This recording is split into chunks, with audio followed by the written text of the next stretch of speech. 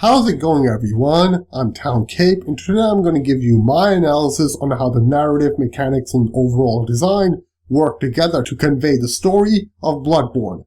As always, I've converted my script into subtitles for this video, so if you want to watch this video with accurate subtitles, then please enable them down below.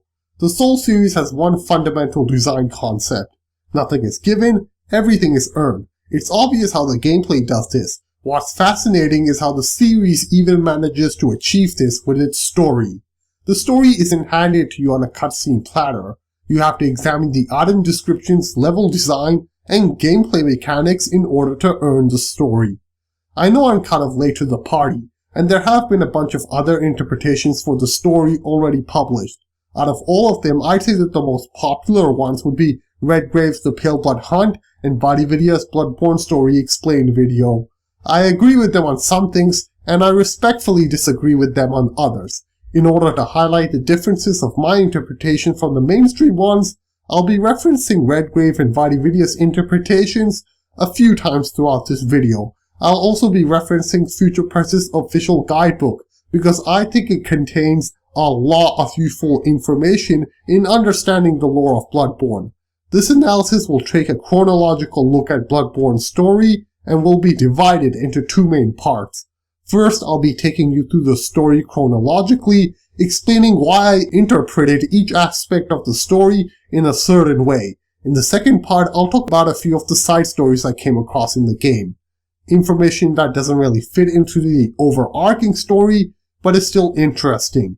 Anyway, this video will contain a lot of story spoilers, so if you haven't finished the game, then you may not want to watch this video. The table of contents is about to go off screen now, but you can also find it in the description down below. Like any Souls game, Bloodborne's story doesn't begin in the present, it begins in the past. In fact, I think the story of Bloodborne begins several thousand years ago.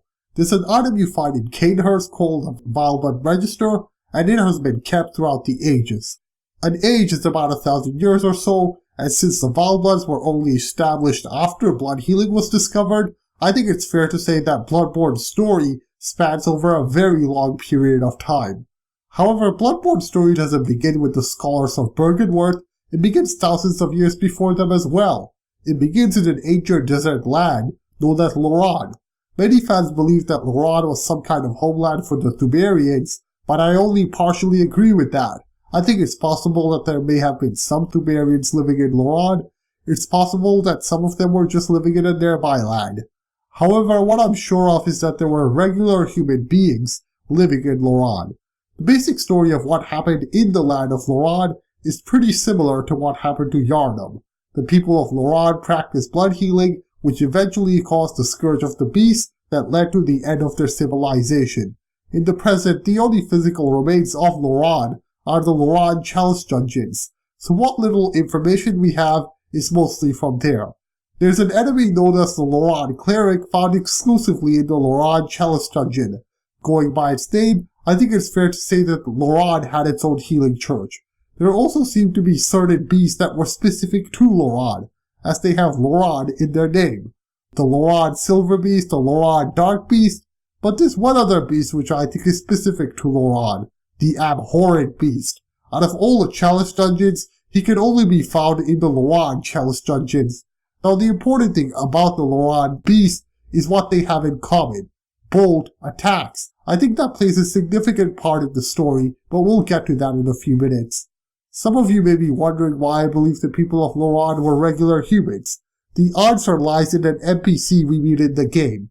According to the guidebook, this guy is called the Afflicted Beggar.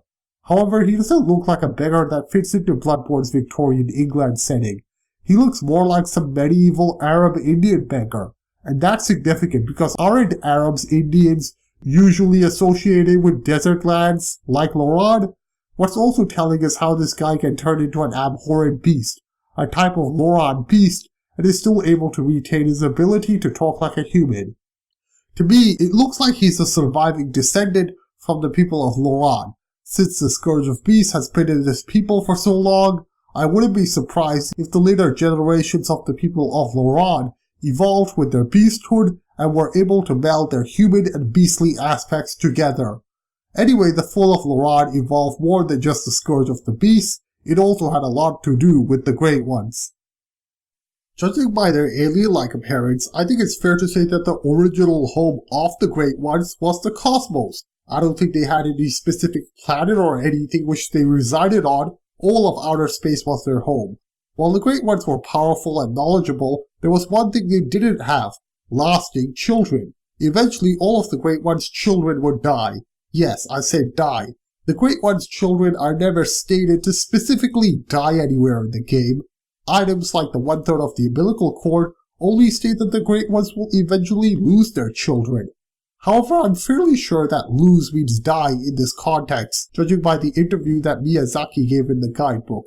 He compared the Great Ones losing their children to how developed societies had fewer children. However, I don't think that necessarily means that all the infant Great Ones died of natural causes. It's possible that some of them were killed by something. Before we go any further, I should clarify a concept known as the Dreaming World, for anyone who doesn't know. Redgrave explained all of this in the Pale Blood Hunt. Bloodborne takes a lot of inspiration from the work of Lovecraft, and in Lovecraft's stories, dreams were an alternate dimension which people could visit. Dreams seem to serve a similar function in Bloodborne, since we can travel to the Hunter's Dream and come back with weapons and items obtained from there. I think there's a bit more to the dreams in Bloodborne, but I'll get back to that soon. Anyway, the Great Ones eventually made contact with the people of Loran, seeking surrogates for their lost children. Now I think there's more to this contact than it may initially seem. How exactly did the Great Ones make contact with the people of Loran? The obvious answer is that they descended from the cosmos and landed on Loran. However, according to the Ys Root Chalice, there was this land known as Ys, which lies in contact with the cosmos. This land allows the Great Ones to function on transcendental planes of thought. Transcendental means beyond the physical realm, and to me that implies the land of Ys wasn't a physical land. Instead, I think Ys was a land in the dreaming world. That would fit in with how the Great Ones were said to function on planes of thought, as a dream can be said to be a plane of thought. It's true that in the present there is a physical Ys Chalice dungeon, but I think that was made as a memento to the dreaming world of Ys. Ys was how the Great Ones first made contact with the people of Loran. Additionally, I think another valid reason why Ys isn't a physical land is because we don't really find any artifacts from any kind of civilization from Ys. But for Loran, we do have items like the Bastard of Loran. I think it makes sense for the Great Ones to descend from the cosmos into the dreams of someone from Loran. I mean, that's what we see with the Moon Presence. The Moon Presence descends from the cosmos into the Hunter's Dream. We never really see the Great Ones descend from the cosmos into the physical waking world. However, there are Great Ones in the waking world. So how did they arrive there? Well, I believe that when the Great Ones are in a dreaming world, they can travel from there into the waking world. The dreaming world acts as a passageway between the waking world and the cosmos. So when the Great Ones travel to Loran, they first travel to the dreaming world of Ys, and from there they travel to the waking world of Loran. The purpose of their travel was to seek surrogate children. However, the guidebook confirms that the Great Ones don't just seem to want any human child as their surrogate, they want special children. Now, what makes a child special is a matter of debate, but I believe it's the ability of the child to create a contact dream. A contact dream is a term I use to denote a dream which acts as a passageway between the waking world and the cosmos. Not all dreams can act as passageways, because not all dreams are about space or the cosmos or anything like that. I think only special children can create these dreams, and I believe the land of Ys is one of these dreaming worlds. Basically, the special children need to use the mind of a host to create a contact dream, because their own minds don't have enough imagination. I guess the Great Ones want these special children because their abilities give them a connection with the cosmos that regular children just didn't have. Anyway, the people of Loran wanted the eldritch wisdom of the Great Ones, so they worshipped them and were more than happy to hand over their special children. I think that became an important part of their culture. According to the Ring of Betrothal, the people of Loran were only allowed to marry if they were slated to give birth to a special child. Marriage wasn't about starting your own family, marriage was about completing the Great Ones' families. The people of Loran could still start their own families, but it would be out of wedlock. and that's why I think the bastard of Loran is. He was born out of wedlock, and thus was looked down upon as a child. That's why he was called the bastard of Loran. And that explains why when you use him as part of your ritual material when conducting a chalice ritual, you end up with a cursed effect in the chalice dungeon which you create. Anyway, the Great Ones were probably able to claim many surrogates during their time in Loran. The people of Loran admired the Great Ones so much that they even tried to learn how to evolve. I think they may even have created or evolved into celestial emissaries. Judging by the name, I guess celestial emissaries were used to contact and communicate with the Great Ones. Bloodborne has two main classifications for enemies, Beast and Kin. Celestial emissaries are kin. Beasts are simple to identify, but what defines a kin is debatable. According to the Kin Cold Blood, the kin are described as inhuman brethren of the Great Ones. I think a kin is someone who evolves to a level close to that of a Great One and may be accepted into the ranks of the Great Ones. The reason why I believe this is because the guidebook confirms that Ebrietas and the Celestial Emissary are both Great One and kin. I think it's possible to be born a kin, but it's possible to get there through evolution. Anyway, since the kin were close to the Great Ones, they spent a lot of time in the Land of Ys. So much time that the Land of Ys could have even been considered their home. Anyway, everything was going fine for the people of Loran and the Great Ones. That is until the people of Loran learned about the art of blood healing from a Great One known as Udin, son of the Moon Presence.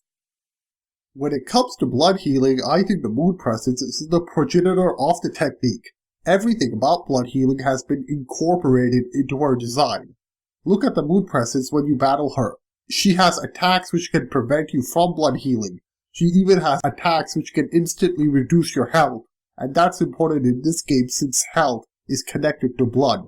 Not to mention, the Moon Presence has a lot in common with the beast which users of blood healing eventually turn into. She roars like a beast, has similar attacks to the beast, and even has a similar body part healing technique to the beast. Not to mention, the Blood Moon can blur the line between man and beast. I think the old blood that's said to have started blood healing is the Moon Presence's blood. However, I don't think the Moon Presence directly introduced blood healing. She got her son Udin to do it because she didn't want the other Great Ones to trace blood healing back to her. The way I see it, the Moon Presence's plan is to acquire all the knowledge in the world. Yes, Great Ones are knowledgeable beings, but they don't know everything. There are some things that some Great Ones know that other Great Ones don't know. The Moon Presence wanted the other Great Ones dead, so she could eventually get her hands on their blood echoes, which they dropped when they died. Blood echoes are the bloody memories of those cursed by the plague of beasts. Whatever knowledge you have is locked in your memories. So I think the Moon Presence found out that if she could plague the memories of the Great Ones with the Scourge of Beasts, she could get them to literally drop their knowledge. This is one of the main themes you see in the game. Fear causes you to lose memories and knowledge. When you're about to die in Bloodborne, you feel fear, and when you die, you drop your blood echoes. You get your blood echoes back by standing up to your fears. By going back to where you died, you're not only able to bravely face your murderer again, but you're also given the opportunity to retrieve your blood echoes. This is also seen with the lab teleportation mechanics. The normal Hunter's Mark will cause you to lose your blood echoes when you use it to teleport. However, if you use the Bold Hunter's Mark, then it signifies your courage and allows you to keep all your blood echoes. Anyway, the Moon Presence had to think of a plan to kill all the other Great Ones, and that plan was to introduce blood healing to the people of Loran. The reason that the Moon Presence did this is because she knew what kind of beasts the people of Loran were turned into. They were turned into beasts with bolt attacks. As you fight the Great Ones, one thing you'll notice about them and the Kin is that they all have a weakness to bolt attacks. According to the guidebook, bolt defense is one of the lowest, if not the lowest stats for the Great Ones. This is something about Bloodborne that isn't talked about enough. It's a concept I call the story in stats. Basically, some of the lore is locked behind the stats of the various characters, and you can only figure it out if you examine their stats and find the patterns between the different characters. The guidebook makes this easy because they just list all the stats for each character, but you can make reasonable discoveries on your own by just trying out different weapons on different characters in the game. The Moon Princess's plan to kill the other Great Ones is part of the lore that can only be understood by looking for the story and stats. One thing you'll notice about the Great Ones is that their bolt defense is pretty low. Loran beasts have bolt attacks. Put it together, and it's not too difficult to imagine what happened. Basically, the Moon Princess knew that a lot of the Great Ones were in Loran, and she knew that a lot of the people in Loran would turn into Great One killing bolt-infused beasts if she just introduced blood healing to them. She probably also used the Blood Moon to accelerate the transformation of the people of Loran into beasts. The Scourge of Beasts in Loran began, and it killed so many Great Ones. Other Great Ones from the Cosmos, and even the King from Ys, went to Loran to try and stop the massacre, but it was of no use. Countless Great Ones were massacred by the Loran beasts. Even their surrogate children were shown no mercy. Only a few of the Great Ones managed to survive the massacre. Ironically, I also believe that Udin was killed, and that's why we have an area in present-day Yharnam known as the Tomb of Udin. Now before I go further, I'd like to explain something. I think the mainstream opinion is that Udin, and not the Moon Princess, is the one who started blood healing, as he's the one who's revered in the Healing Church in present-day Yharnam. However, I think the Moon Princess is a better fit. I think Udin was simply set up to look like the mastermind behind the Great One massacre, so the Moon Princess could prevent suspicion falling upon her. So the present-day Healing Church in Yharnam believes it's Udin who they should be worshipping, but they're mistaken. Some fans believe that Udin is still alive in some capacity, but I don't really agree with that. He has a tomb, and above all this, I don't think Udin really fits in with being a player in present-day Yharnam. A lot of people like to associate Udin with blood, but that's not quite accurate. According to the Carol ruin Formless Udin, Udin is symbolized by the oozing blood, and not just the blood. Oozing is when a fluid moves slowly, especially when it's moving through holes or tubes. We almost never see blood ooze in the entire game. Whenever we see blood, it's almost always splattering around everywhere at high speed. The only instant I can think of blood oozing is during our blood ministration. So I think it's demonstrated figuratively as well as literally that Udin is pretty much dead in present-day Yharnam. The idea of Udin being represented by the oozing blood is also why I'm inclined to believe that he was the Moon Princess's son. If the Moon Princess is all about blood moving fast and Udin is all about blood moving slow, then I think it would fit to have Udin, the slow-bloodied Great One, to have been born of the Moon Princess, the fast-bloodied Great One. I'd also like to add that I don't think Udin is evil. According to one of the umbilical cords, it seems that he has also lost a child, so maybe that's why he originally came to Loran. He was just misled by his knowledge-hungry mother, who probably didn't even care when he died. Anyway, as the Great One massacre raged on, the few Great Ones who hadn't been killed yet looked for a way to stop the Loran beasts. They needed someone who had good bolt defense and strong fire attacks, as both of those countered the Loran beasts. Fortunately, a Great One known as Ebrietas found the answer nearby. She found the Thumerians. The Thumerians were a race of tall, pale-skinned humanoid figures with mostly ashen hair. However, the most important aspect of them is that they had a variety of different powers, and that's why they were considered to be superhuman beings. The Thumerians wanted eldritch knowledge, and Ebrietas was willing to grant it to them in exchange for them helping her, so they made a contract of cooperation. Once the terms had been agreed upon, the Thumerians used their high bolt defense and fire attacks to attack the Loran beasts. They managed to turn the tide against them. They killed so many of the Loran beasts that only a few Loran beasts survived till the present day. After the Thumerians had defeated the Loran beasts, Ebrietas decided to grant them eldritch knowledge. With it, the Thumerians were able to learn of the eldritch truth, and they were able to use it to advance their own technology to monumental levels. I believe items like the Shaman Bone Blade are a product of Thumerian technology, as they're only unlocked in the shop after you acquire a Thumerian chalice. However, the Thumerians had yet to complete the terms of their contract. Their contract with Ebrietas was not to simply stop the Loran beasts, they also had to build and safeguard the tombs for the deceased Great Ones. The Thumerians were so determined to obtain eldritch knowledge that they were willing to sell their entire race into servitude to the Great Ones. I don't think that they were all very happy that they were now tomb keepers, but they still decided to honor the terms of their contract. Using the eldritch knowledge obtained from Emryatis, the Thumerians set out to create the Chalice Dungeons. During all this time, the Moon Presence was watching everything from the cosmos. Her plan hadn't been a complete success, as a few of the Great Ones had survived. They had also employed the powerful Thumerians to work for them, so she knew that killing the few surviving Great Ones wouldn't be easy. I think the Moon Presence may have tried to establish the Hunters during this time, as we do find the Hunter symbol at several places in the Chalice Dungeons. She probably wanted Hunters to hunt the remaining Great Ones. However, I think in the end, she couldn't raise any powerful Hunter force, especially a force strong enough to face the Thumerians. So the Moon Presence decided to bid its time and waited until she could find another group of people to exploit.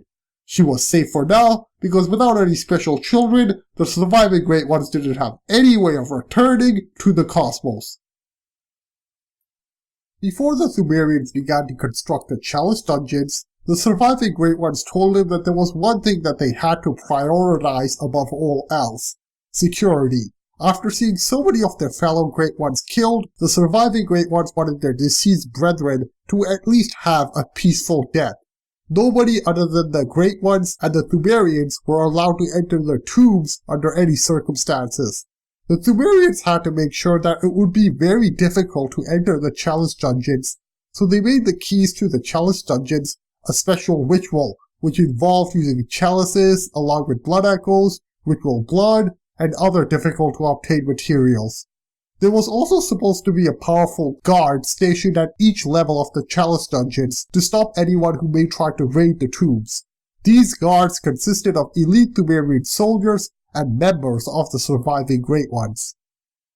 Anyway, I believe the Thumerians started out by carving the Loran and East Chalice Dungeons. A few of the surviving beasts from the Scourge crept into the Loran labyrinths, and a few of the surviving kin crept into the East Gravestone, and that's where we find them today. There was also this third area carved out known as the Hintertombs. According to the Hintertomb chalices, they were meant to act as an ongoing extension of the current Chalice Dungeons. This is where the Thumerians should have stopped. There should have only been 3 main Chalice Dungeons. However, that wasn't always the case. While the first Thumerians were pretty obedient to the wishes of the Great Ones, the Thumerian descendants weren't. The Thumerian descendants felt proud of what their ancestors had accomplished in carving out the Chalice Dungeons, but they wanted some of that glory for themselves. They grew arrogant. That's why they decided to build a new type of dungeon, the Thumerian Labyrinths. The Thumeru-Il Chalice makes a note about the Thumerian pride. It describes how the initial Thumerians were mere humble gravekeepers, and how their descendants saw fit to name themselves a successor. To get a better understanding of what it's trying to say, take a look at the Thumerian Labyrinth. It has about 12 different layers. That makes it a lot bigger compared to the Loran and Hintertomb Labyrinths that have 5 layers and the East Gravestone that has 3. The Great Ones weren't happy when they found out that the Thumerians were creating their own lavish labyrinths, so they decided to teach them a lesson. However, they decided not to punish all the Thumerians, but only the leader of the rebels, who I believe was Queen Yharnam. Ever since the Great One massacre, the Great One's desire for surrogate children had only increased. There were less Great Ones than there had ever been before. The Great Ones needed to pass on their legacy somehow. They needed more surrogates. However, they decided to keep their hands off the Thumerian children because the Thumerians had helped them out of their mess. Or at least that was the case until the Thumerians started rebelling and building their own labyrinths. That made the Great Ones rethink their stance. They decided to punish Yharnam and her future family to set an example for all Thumerians, and also because they wanted surrogate children. From then on, everyone with Yharnam's blood would have to give up their children to the Great Ones as surrogates. Now Yharnam probably thought that this was a bit of an extreme punishment. Judging by her clothes, Yharnam was newlywed and was looking forward to her first child when the Great Ones approached her and asked her to hand over her child. The Great Ones didn't accept any excuses. However, Yharnam still refused to hand her baby over, so the Great Ones literally ripped her baby from her womb. Unfortunately, that resulted into the death of the baby and Queen Yharnam. As the Thumerians were superhuman beings, Yharnam, along with her baby, survived as ghosts till the present day. From then on, everything about Yharnam and her familial blood was tabooed as corrupted blood, and everyone was warned to stay away from it. That ended up being the case for thousands of years, until one day some non-Thumerians finally managed to visit the labyrinths. Now let's talk about Byrgenwerth. Although we're getting closer to the present now, the days of Byrgenwerth also began at least a few thousand years ago. By then, the Chalice Dungeons had been completely buried underneath the earth due to earth reformation, landslides, and stuff like that. They became a buried treasure of knowledge. People heard legends of how these labyrinths held the secrets to obtaining eldritch knowledge. That's why Byrgenwerth was established by Master Willem. He hoped to turn Byrgenwerth into a place of learning where men could find ways to go beyond their limit. The Thumerians had done a great job of making entry into the Chalice Dungeons almost impossible, but together, Willem and his student Lawrence managed to conduct a chalice ritual. They were able to enter the labyrinths, but faced heavy opposition from the Thumerians. However, they were determined to continue, so they hired some tomb prospectors to aid them in studying the labyrinths. They made a number of discoveries in the tombs. Lawrence heard of how the Loran beast had massacred many of the Great Ones, who were the harbingers of eldritch knowledge. That's why the Healing Church in the present day considers the Loran beast and anything to do with them to be blasphemous. Church attire was made to be highly bolt resistant because bolt attacks were considered dangerous as the Loran beast utilized them. People who tried to study the Loran beast in the Healing Church were also shunned. This included people like Archibald, who tried to recreate the sparks of the blasphemous Loran beast. He was labeled as an eccentric off the workshop. People like Irreverent Izzy tried to utilize the power of the Loran beast by creating weapons like the Beast Claw and the Beast Roar. Eventually, these weapons were banned. Lawrence and Willem also discovered something that radically changed the course of their research. At that time, they hadn't even encountered Ebrietas or any of the other Great Ones, but they found something close to them, the Augur of Ebrietas. By studying the arcane energies of the device, they were able to discover that the Great Ones weren't originally from the Earth, but from the cosmos. Thus, in their quest to evolve, both Willem and Lawrence decided that they needed to make contact with the cosmos. However, the most important discovery Lawrence made was about blood healing. There wasn't much information about it even in the Chalice Dungeons, as even the Great Ones themselves were unaware of what exactly happened at Loran. While blood healing didn't grant knowledge, it did grant Lawrence an instant way of healing himself. Dangerous research would no longer be so dangerous with blood healing. However, Willem soon grew to dislike the idea of blood healing, as he heard warnings about it from the residents of the Chalice Dungeons. Unfortunately, Lawrence had grown a bit overconfident. He was too bent on trying to garner knowledge through blood healing that he started to obsess over blood. He started to experience frenzy as he continued to limitlessly indulge in eldritch knowledge. His response to that was to create the sedative, which also used blood healing. Lawrence was stuck in a cycle of blood. Lawrence wouldn't listen to Master Willem's warnings and eventually decided to leave him to study blood healing along with his small group of followers. That was the beginning of his end. One day, Lawrence traveled down the Thumerian labyrinth to try and find more information about blood healing. He traveled down there with a companion who also utilized blood healing. They were never seen again. Well, actually, that's not quite accurate. They were never seen as human beings again. It was down in the Thumerian labyrinth that blood healing finally got to Lawrence. He was transformed into a blood-starved beast and attacked his companion. However, his companion managed to save himself by beheading Lawrence. Ironically, when the companion tried to return to the surface, the effects of blood healing caught up to him as well, and he was also transformed into a blood-starved beast. Lawrence and his companion are the two blood-starved beasts that we encounter in the Thumerian labyrinths in the present day. When Lawrence and his companions didn't return from the labyrinths, Lawrence's friend Gehrman began to worry. He suspected something had happened to them down there when Gerbin himself was growing old and previous travels to the Chalice Dungeons had taken a toll on his body. He had to regretfully admit that he himself could not have helped Lawrence. That's something which haunts him till this day. Oh, Lawrence, what's taking you so long? I've grown too old for this. Of little use now, I'm afraid. Fortunately, Gerbin did know of a group of young scholars from Byrgenwerth who admired Lawrence and were more than happy to go look for him in the Chalice Dungeons. Unfortunately, when these young scholars arrived at the Thumerian labyrinths, they only found Lawrence's beastly skull. The rest of Lawrence's body had been hijacked by a parasite worm that had taken it away. This entire chain of events is narrated to us by Alfred.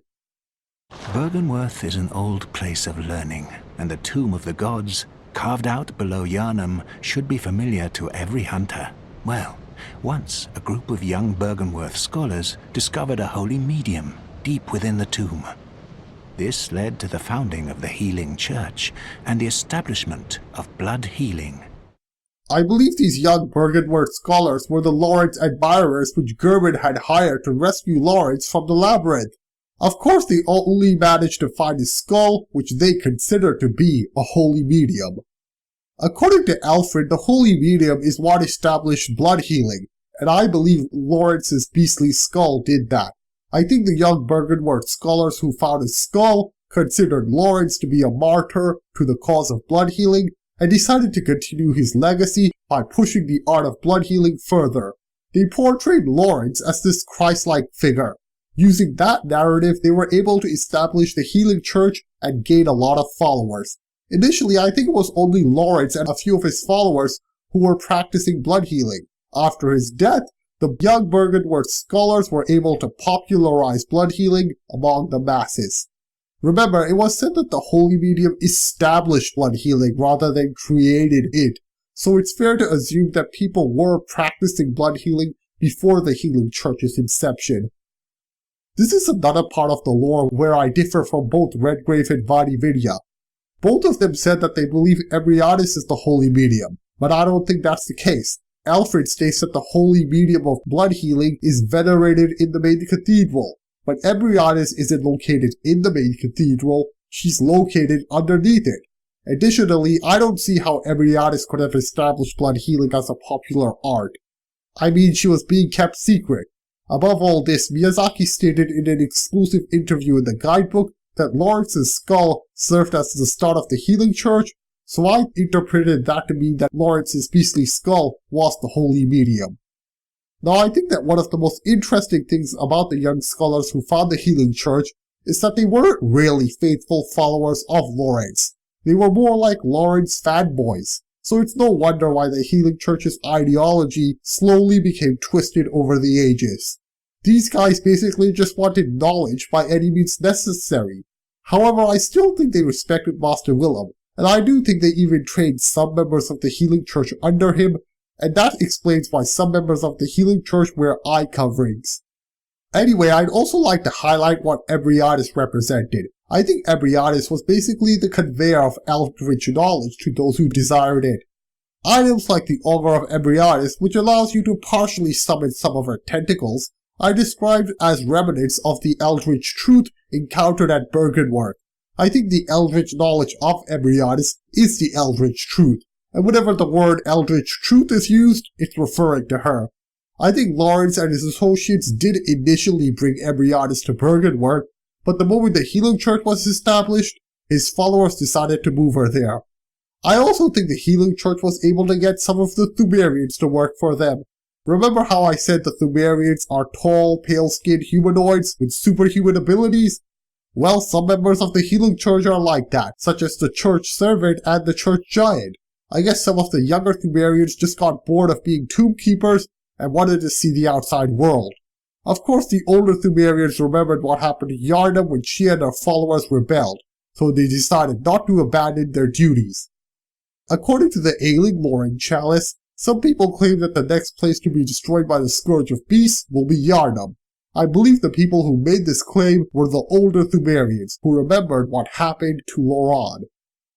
Before I go any further, I'd like to point out how my views on the Pthumerian history are also quite different from the mainstream ones. The mainstream views that the Pthumerians were ravaged by their own scourge of beasts, but I don't really buy that. The Pthumerians are just described as the tomb keepers of the Great Ones. They're never described as a race that indulges in blood healing. I don't think there was any scourge of beasts that wiped out the Pthumerians. Unlike the people of Loran, there are plenty of Pthumerians alive in present-day Yharnam. From this point on, both the Healing Church and Willem continued to try to make contact with the cosmos, but in different ways. They were essentially trying to make contact with the Moon Presence since she's the powerful one residing in the cosmos. As Lawrence was now dead, Willem was firm in his belief that inside, and not the old blood, was the key to evolution. However, he needed eyes on the inside as stated in the umbilical cords. What that actually means is a matter of debate, but I think eyes on the inside represents your ability to identify the effects of the dreaming world. The cosmos can't physically interact with the waking world. Cosmic entities like the Great Ones need a dreaming world in order to interact with the waking world. Now what are dreams? They're projections inside your head, inside your brain. So eyes on the inside literally means the ability to identify how entities in the dreaming world, such as the Great Ones, can affect the waking world.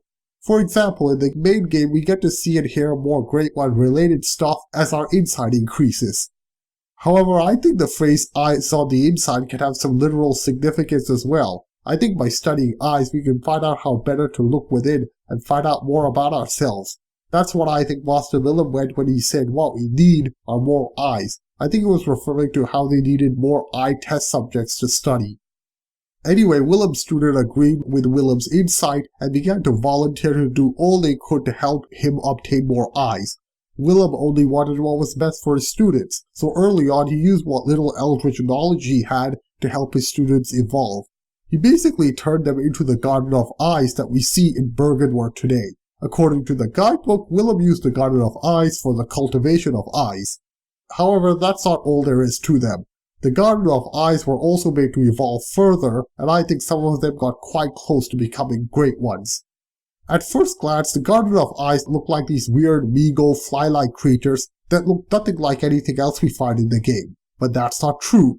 There is another creature that bears a striking resemblance, not to the Garden of Eyes, but maybe to what they would look like after they successfully evolved over a long period of time.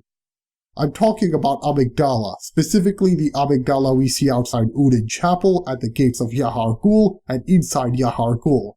I also want to highlight that there's a subtle difference between these Amygdala and the Amygdalas we meet in the Nightmare and the Chalice dungeons. These Amygdalas have a Davy Jones-style tentacle beard, while the Amygdalas we meet in the Nightmare and Chalice dungeons have none. According to the guidebook, the Amygdalas we meet on the surface are false gods. The guide doesn't really explain what that means, but it's not too difficult to figure out. These Amygdalas on the surface are former students of Byrgenwerth, which were evolved into their current tentacle beard Amygdala-like states. They're not natural Amygdalas like the ones we find in the Nightmare and Chalice dungeons. If you look carefully at the Garden of Eyes, you'll notice that they're evolving the false god Amygdala features. For starters, they already have the Amygdala tail. We also know that the Garden of Eyes were used for the cultivation of eyes. These Amygdalas we see have their eyes stuck way back in their sockets. It's like they had their eyes torn out so many times that the current eyes just naturally developed to be hidden way back in their sockets. We also see that they're starting to grow the tentacle beard a little. So I think that there's no doubt that the Garden of Eyes became the false god Amygdalas that we see today. Also, see how the Amygdala statues in the Grand Cathedral have a tentacle beard? That demonstrates that the Healing Church wasn't just getting its followers to worship the real Great Ones, but rather imposter Great Ones. That says something about the Healing Church. The Healing Church doesn't really have any true respect for the Great Ones. They just saw the Great Ones as a means to their end of obtaining eldritch knowledge. They're similar to people who only pray because they want God to give them something. I guess in order to feign successful devotion, the Healing Church got the false god Amygdala to be part of the church. They wanted to make it look like they were close to the Great Ones when that was actually far from the truth.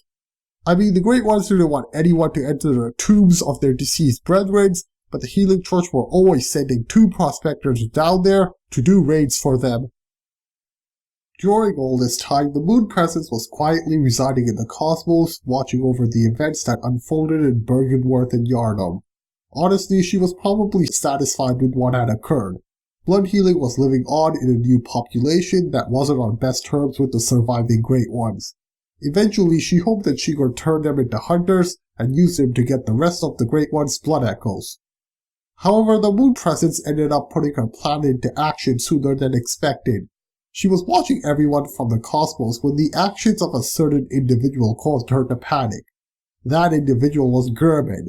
Despite not being in the Chalice dungeons for a while, the Moon Presence found that Gehrman had obtained one of the most powerful items there, the 1/3 of the umbilical cord. Consuming 3 of these items set you on a path of evolution that could cause you to reach a level that challenged the Moon Presence. At that time, Gehrman only had 1. The Moon Presence realized that she could stop him as long as she acted before he could obtain 2 more. Since Gehrman was the one who posed the main threat to her at the moment, the Moon Presence had to prevent him from becoming her enemy. She did this by using the Blood Moon to accelerate the beast transformation of blood users in Yharnam. The sight of more and more people turning into beasts terrified Gehrman, as that reminded him of what happened to his friend Lawrence. The beast began to wreak havoc everywhere. Initially, the Healing Church had the beasts violently slaughtered, but Gehrman didn't agree with those methods. The beasts were formerly people, so he wanted there to be a more dignified way of dealing with them. Then one night, while Gehrman was sleeping in his workshop, he had a dream. The Moon Princess arrived to him in his dream and made an offer to him. She said that she was the one who was behind the Scourge of Beasts. If Gehrman ever wanted to see her stop, then he had to agree to do her bidding. Seeing no other alternative, Gehrman agreed. The Moon Presence then revealed that she would turn Gehrman's dream into the dreaming world of the Hunter's dream.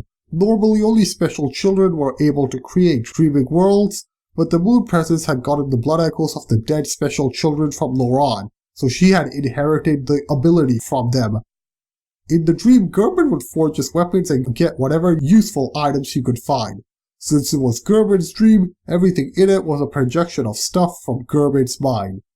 In order to forge a powerful weapon, Gehrman needed powerful material. The Moon Presence caused cosmic material to fall from the cosmos into the Hunter's dream. Gehrman used that material to forge a weapon that he found fitting of his methodology in dealing with the beasts. A masterpiece that defined the entire array of weapons crafted at the workshop. Its blade is forged with siderite, said to have fallen from the heavens. Gehrman surely saw the hunt as a dirge of farewell, wishing only that his prey might rest in peace, never again to awaken to another harrowing nightmare. According to Gehrman's hunter attire, he didn't do anything special for his combat uniform. He just made a couple of adjustments to his everyday clothes. He didn't want anything heavy, as he wanted to quickly put an end to the beasts so they would feel as little pain as possible. This was the Moon Princess's plan to get Gehrman to work for her, and was somewhat summarized in the item description for the 1/3 of the umbilical cord. The 3rd umbilical cord precipitated the encounter with the pale moon, which beaconed the hunters and conceived the hunter's dream. From then on, Gehrman operated in secret, taking down any of the blood users that turned into beasts. He also kept his identity as a secret from the Healing Church because he was interfering with their experiments. Despite the disastrous effects of blood healing, the Healing Church didn't stop its research or anything. They just deemed that sacrifices had to be made in order to search for the Eldritch truth. After Gehrman grew old, he began taking apprentices. They were each tasked to kill beasts, kin, and the best of them even managed to kill a few of the surviving Great Ones in the Chalice dungeons. At the end of their hunt, Gehrman would free them from the Hunter's dream by executing them. I don't think execution was the sole way of breaking the link between the Hunter and the Hunter's dream. I mean, what if a Hunter went rogue and decided to stop listening to Gehrman halfway through the hunt? I think there are other ways of disconnecting a Hunter from the Hunter's dream, but Gehrman was required to use execution because of what execution does. Think about what happens when you're killed by an enemy in the game. You drop your blood echoes. Since the hunt was all about getting blood echoes for the moon presence, Gehrman needed to kill his apprentices in order to force them to drop the blood echoes they collected. After the apprentice hunter dies in the hunter's dream, I think the moon presence comes down to collect their blood echoes. In the game, we only see the moon presence descend after we kill Gehrman, but I don't think that's necessarily the case. I think the moon presence always comes through the hunter's dream after Gehrman kills an apprentice. So even after your character is killed in the Yharnam Sunrise ending, I believe that the moon presence did descend to the hunter's dream to collect your blood echoes, although we didn't get to see that scene. The hunter's dream was also a test for Gehrman. The moon presence wanted a steady supply of blood echoes. That's why Gehrman was required to constantly execute his hunters. That way the moon presence got more blood echoes at the end of each night of the hunt. However, I think there was another reason why the moon presence decided to have 100 assigned to Gehrman for each night. The night of the hunt wasn't just a test for the hunter, but also a test for Gehrman. Gehrman had to constantly prove that he was the right person to act as a guide for the hunters. If any of the hunters became independent, then Gehrman had to prove his strength by taking them out. The moon presence only wanted the very best to work for her, and that's why if Gehrman was ever defeated, she planned on replacing him with the hunter that defeated him. Gehrman didn't like working in the hunter's dream, but since no better hunter ever came, he had no choice but to continue. He couldn't leave beast hunting to some incompetent hunter. I'd also like to add that I'm not sure what the criteria for a night to be the night of the hunt is, but I think it was just decided that a certain night should be the night of the hunt when the moon presence wanted more blood echoes. The moon presence obtained knowledge via blood echoes during the end of each night of the hunt. She relished in her newfound knowledge depending on how interesting it was. After she was done, she yearned for more and called for another night of the hunt. If the blood echoes she received were just from regular beasts, then she immediately called for another night of the hunt, but if they were from the surviving great ones, then it would probably be quite a while before she called for another night of the hunt. The more I think about it, the more the moon presence seems like a metaphor for the player. Like the moon presence, the player wants knowledge when they start Bloodborne, so the player goes about killing beasts to try and explore and understand the world. As the game goes on, the player wants more and more blood echoes, just like the moon presence.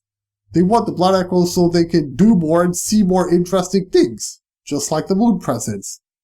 There's even a recurring idea of the player's character having an inner beast within them. Items like the Beast War and gameplay techniques like the Visceral Attack cause the player to do things reminiscent of the moon presence's beast-like behavior. It's no wonder why the player's character is referred to as a moon-scented hunter. Thousands of years passed of Gehrman training hunters. Most of them were pretty loyal, and Gehrman was sorry to see them go at the end of the hunt. However, no teacher can only have good students, and it wasn't long until Gehrman encountered his own set of rogue students. As stated in the description of the Burial Blade, Gehrman saw the hunt as a dirge of farewell. It was a necessary evil. It was something that had to be done swiftly and regrettably because the ones who were killed were mostly innocent people. However, Gehrman soon got an apprentice who didn't respect that idea. Instead, they saw the hunt as this playful activity, where the hunter is supposed to have fun by using fancy weapons to take out the beast in lavish styles. This hunter was the first Powder Keg. The Powder Keg's adoration of complex design and big boobs culminated in weapon design that contrasts with those traditionally of the workshop. The late Powder Kegs, bless their souls, had a motto: if a weapon ain't got kick, it just ain't worth it. Gehrman was disappointed with the attitude of the first Powder Keg, so he refused to let him hunt further and kicked him out of the hunter's dream. However, that wasn't the end of the Powder Kegs. The first Powder Keg decided to continue as a Powder Keg in the waking world, and probably recruited Yharnamites and whoever else he could find to join him. Gehrman's following apprentice was a man named Jura. Jura's Ashen Hunter set gives us important information about him. Jura is known through his contact with the Powder Kegs, the heretics of the workshop. He is said to have been both uncommonly kind and dreadfully foolish. I believe Jura's kindness is what initially caught Gehrman's eyes when he was looking for a new hunter. Unlike the first Powder Keg, Gehrman wanted someone very kind, who could sympathize with the beast. However, when Gehrman first met Jura, he realized that Jura had too much kindness. He had so much kindness that his kindness tipped into foolishness. Jura was someone who was determined to never kill a fellow human being. He could regretfully kill beasts, but not human beings.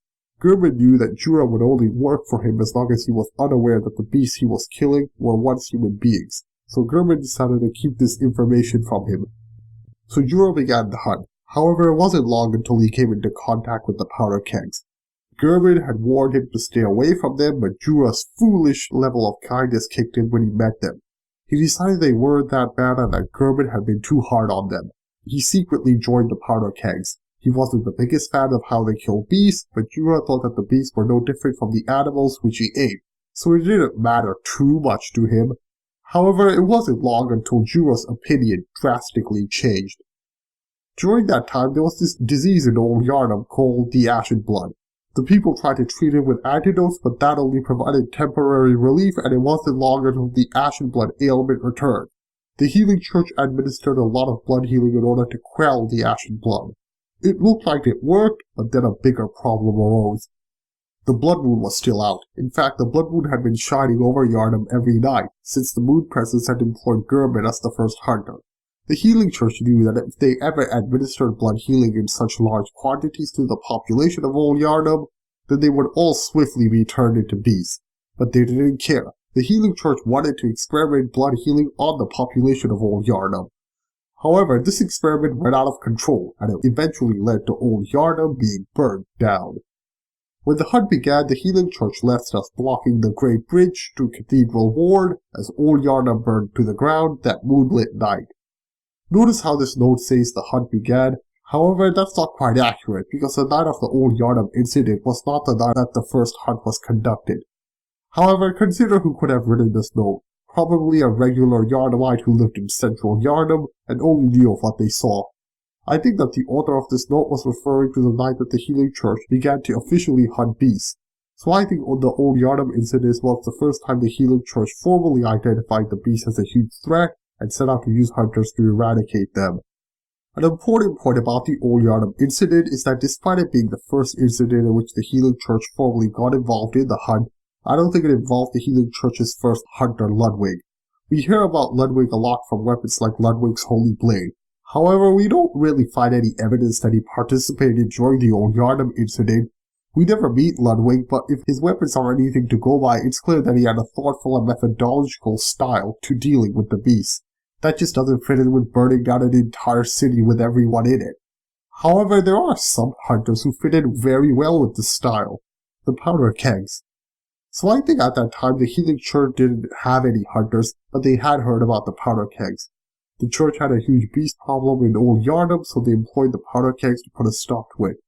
However, even for the powder kegs, there were just too many beasts. The Red Moon hangs low and beasts rule the streets. Are we left no other choice than to burn it all to cinders? The powder kegs decided that they had no other choice but to burn Old Yharnam down. However, there was one powder keg who was reluctant to accept this decision. Jura. Jura had just discovered from the Healing Church that Gehrman had been keeping an important piece of information from him. In case you fail to realize, the things you hunt, they're not beasts. They're people. This caused Jura to have a breakdown. He didn't want to kill people, yet he had been killing them all along. He was shocked that the other powder kegs were okay with burning down Old Yharnam. He wanted to stop them, but the powder kegs weren't the kind of people who waited patiently to execute a plan. When they had a plan, they executed it immediately. Within hours, all of Old Yharnam had been burnt to the ground. Jura was devastated and returned to the hunter's dream. He confronted Gehrman and lashed out at him for hiding information from him. He then renounced his hunter's vows. He said he would no longer hunt beasts and that he would stop anyone who tried to hunt beasts. However, Gehrman didn't take any of this lightly. Dear, oh dear. What was it? The hunt? The blood? Or the horrible dream?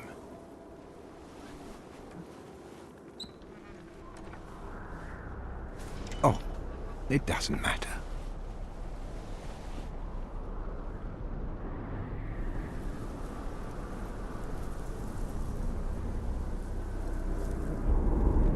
It always comes down to the hunter's helper to clean up after these sorts of messes.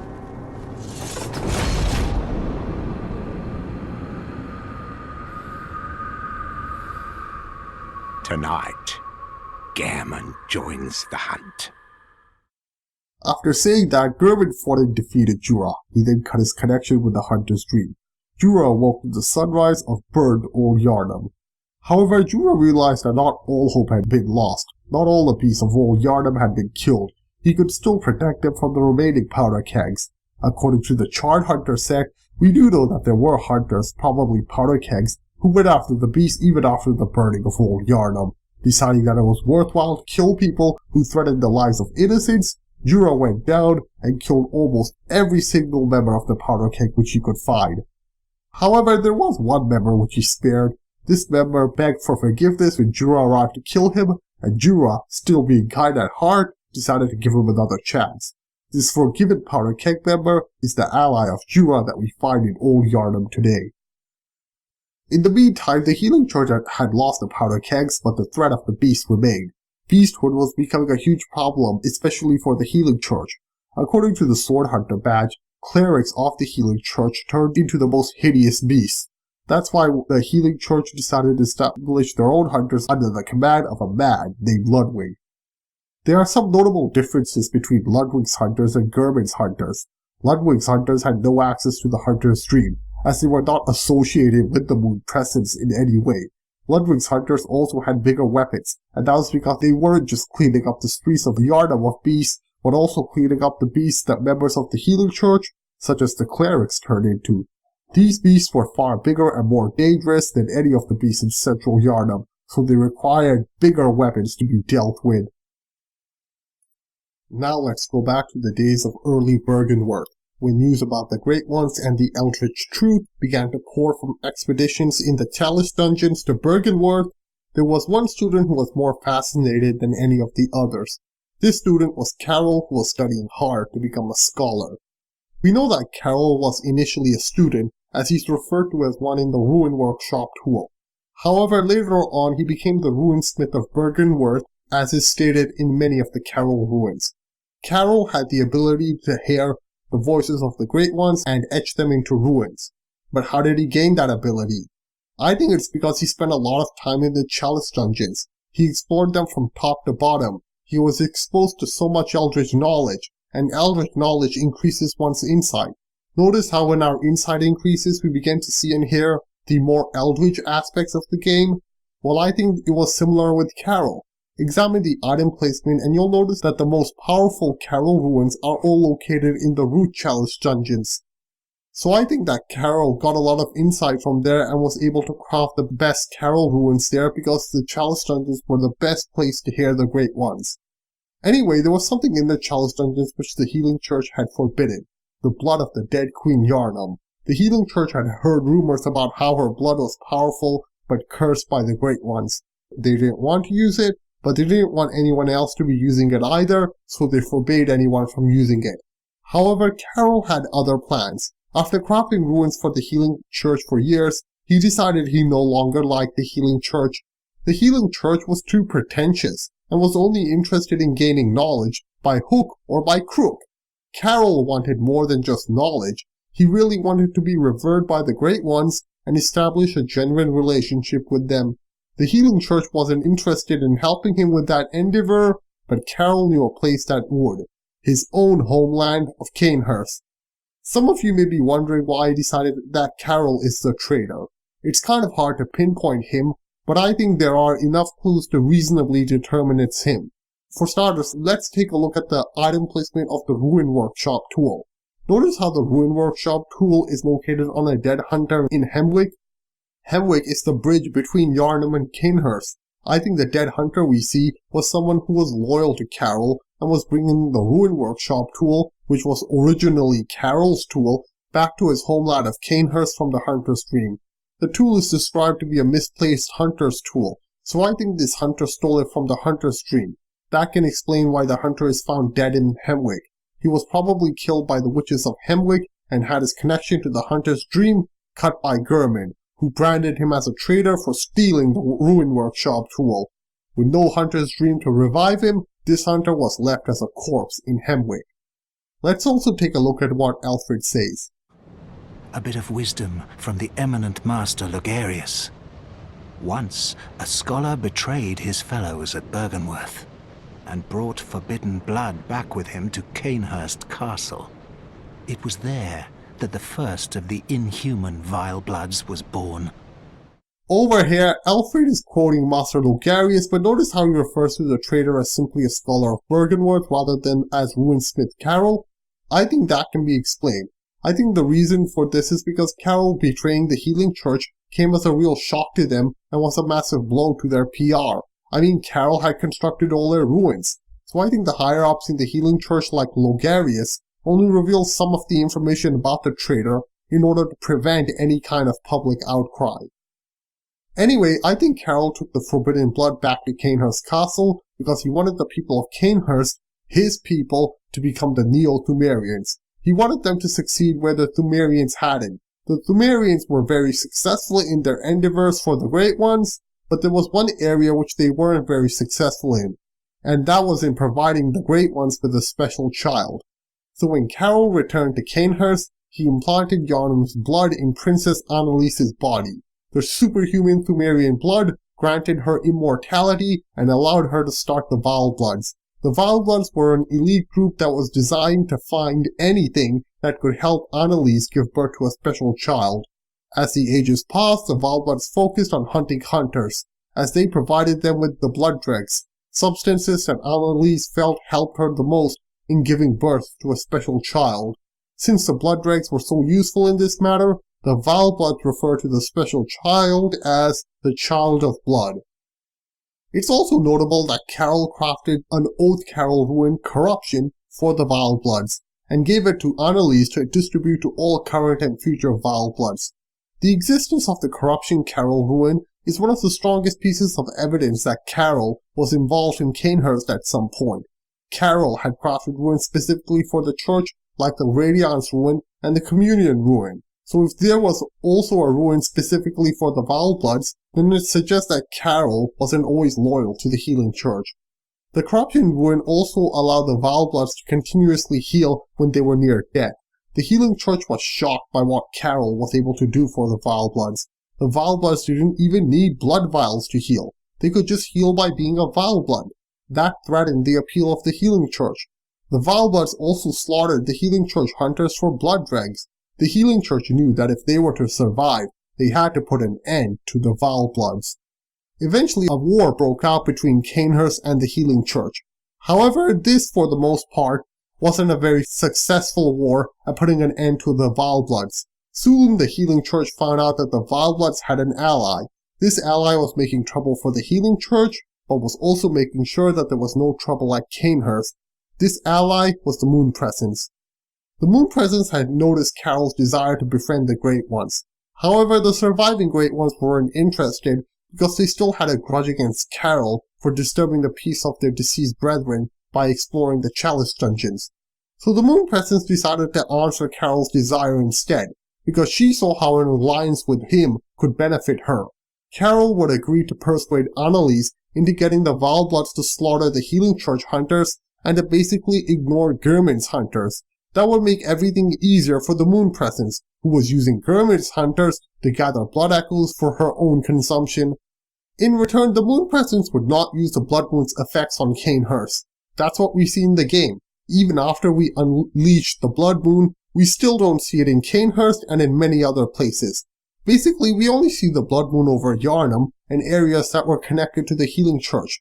We don't see it anywhere else, and to me, that suggests that the Blood Moon only affects places which the Moon Presence views as her enemies. Since the Blood Moon accelerates beast transformations, it's a weapon to be used by the Moon Presence against her enemies. Since she doesn't have any beef against Cainhurst, she has no reason to endanger them. In fact, I believe the Moon Presence tried her best to stop the Scourge of Beasts from affecting Cainhurst. I do think beasts from nearby Yharnam may have attacked Cainhurst, but I doubt that the people of Cainhurst ever actually turned into beasts as a result of blood healing. I mean, Cainhurst is one of the few places in the game where we don't find a single beast. That's something else about Bloodborne. Not every character in it is classified as a beast or kin. Some are classified as neither beast or kin. The Moon Presence had a huge impact on Cainhurst. I believe it provided them with eldritch knowledge needed to advance their technology in Cainhurst. Cainhurst developed this exclusive item called a numbing mist. Its effect is to prevent enemies from healing themselves. I can't help but notice that its effect is very similar to two of the techniques which the Moon Presence uses when we fight her. These two techniques can stop our blood healing, but what I think is more telling are the official names of these two techniques that are provided in the guidebook: Numbing Shower and Numbing Cloudburst. So the Moon Presence has the techniques Numbing Shower and Numbing Cloudburst, which can stop us from recovering HP, and Cainhurst has the Numbing Mist, which can also stop us from recovering our HP. There's definitely a connection here. It's also clear that the people of Cainhurst also explored the Pthumerian labyrinths. Cainhurst weapons such as the Chikagi and the Rider Palash can only be found in the Pthumerian labyrinths and not in any other challenge dungeons. I can understand Cainhurst's decision to do that. They saw themselves as the Neo-Pthumerians, though they visited the Pthumerian labyrinths as much as possible so they could gain inspiration from them on who they were supposed to be. I think the Pthumerian labyrinth really shaped who they became. According to the Night Set, Cainhurst is described to be a place of bombast and nostalgia. I think the nostalgia they're referring to is the ancient Pthumerian civilization. The lost children of antiquity which are found in Cainhurst can only be found in one other location, and that's the Pthumerian labyrinth. I guess the people of Cainhurst convinced some of the lost children to join them by branding themselves as the Neo-Pthumerians. I also think the giant statues which we find in Cainhurst are also inspired by the Pthumerians. Remember, the Pthumerians are supposed to be tall humanoid figures, and these statues are really tall. A few of them are even identical to figures we find in the Pthumerian labyrinth. I also think there's evidence to suggest that the Crown of Illusions came from the Pthumerian labyrinth. I mean, the Crown of Illusions did allow you to see stuff that wasn't supposed to be seen, and it's implied it allowed you to see the more eldritch side of things. The Pthumerians could have easily created something like that since they had unlocked the wisdom of the eldritch truth. The Crown of Illusions also lends weight to my theory that Karol eventually became the king of Cainhurst and married Annalise.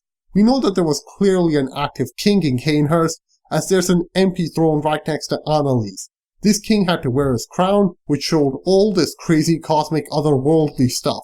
Think about which characters in Bloodborne are capable of experiencing so much crazy cosmic stuff and not going insane. The only characters who can do that is Karol, as he was also able to transcribe the voices of the Great Ones into Karol runes. I think one of the reasons why the people of Cainhurst travel to the Pthumerian labyrinth a lot is because the Moon Presence encouraged them to do so. I mean, the surviving Great Ones didn't want anyone to enter the labyrinths. I don't think Karol or anyone else from Cainhurst meant to displease the Great Ones, but I think that they were deceived by the Moon Presence. The Moon Presence probably lied to them that their fellow Great Ones didn't mind. The Moon Presence may even have used Cainhurst to spy on the surviving Great Ones. One last thing I'd like to touch upon is what happens when we first enter Cainhurst. We gain insight. Wait, isn't that strange? Insight is a peek into the cosmic knowledge that has been made available in the physical plane thanks to the dreaming world. I can understand why we gain insight when we discover the old abandoned workshop, because it reveals to us the inspiration behind the dreaming world of the hunter's dream. So why do we gain insight when we enter Cainhurst?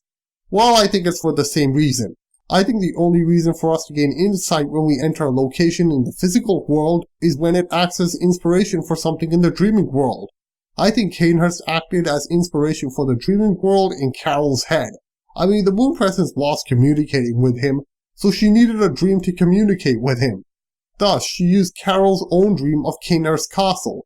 I'd even go as far as to say that maybe the Moon Presence was even communicating in a separate dreaming world with Annalise, because entering Annalise's chambers also grants us insight, so it does look like it was being used as inspiration for another dreaming world.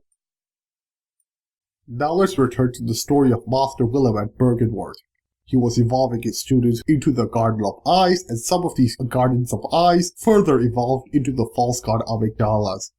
All the eyes that were harvested were used for research into eyes on the inside, and soon Willem was able to really increase his insight until he was finally able to connect his mind to the cosmos. However, when Willem peered into the cosmos, he found it to be pretty empty. In reality, only the Moon Presence resided in the cosmos, and she didn't have any interest in Willem. Or at least that was the case until something which threatened her happened, something which only Willem could stop. Most of Willem's students were only able to become false gods, but what Willem wanted more than anything else was to turn one of them into a legitimate Great One. That finally happened when one of his students turned into Rob, the vacuous spider. Willem finally had someone to share his cosmic knowledge with. However, Willem wasn't the only person that Rob communicated with. Rob was soon contacted by the surviving Great Ones, who asked her for assistance. The surviving Great Ones were hatching a plan. Initially, the Great Ones believed that Udin was the reason for the Great One massacre. They believed that he was the one who had brought the curse of blood healing to the waking world. However, blood healing still hadn't died out despite Udin being dead for ages. Users of blood healing were still able to raid the chalice dungeons. The Great Ones decided to investigate further and found out that every night the blood moon was still out over Yharnam. However, Udin was formless. The blood moon couldn't have been his doing. Only the moon presence could have been responsible for the blood moon. The Great Ones initially believed that the moon presence had been killed in the Great One massacre, but seeing the blood moon out every night convinced them otherwise. The moon presence had been alive all this time, hiding in the cosmos. She was the one who was responsible for all the sufferings that the Great Ones had endured. With this newfound realization, the surviving Great Ones decided to put a stop to her. The first thing they needed to do was to stop her from exerting her power over the waking world, and they needed Rob to do that. Given their account of what had happened, it wasn't too difficult to convince Rob to join them. Right after Rob made a pact with the surviving Great Ones, the moon presence contacted Willem. Willem was glad to have finally made contact by a natural Great One. However, the moon presence wasn't interested in making any genuine discussion. Instead, she planted lies inside Willem's mind. She deceived Willem into believing that the surviving Great Ones were the bad guys, and that they had indoctrinated Rob into doing their bidding. As Willem was the lesser being, it wasn't difficult to deceive him. Willem decided he would do everything to stop Rob. However, Willem's pact with the moon presence came too late. Rob used her eldritch powers, and for the first time in ages, the blood moon was blocked. Less people turned into harmful beasts. However, there were other benefits of Rob's spell to the surviving Great Ones.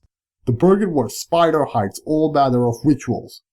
Basically, this note is lamenting the fact that Rob made it impossible to conduct a chalice ritual.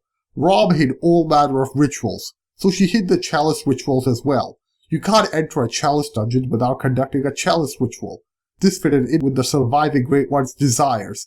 They didn't want any more annoying church followers to enter their tombs, so they got Rob to disable all the chalice rituals.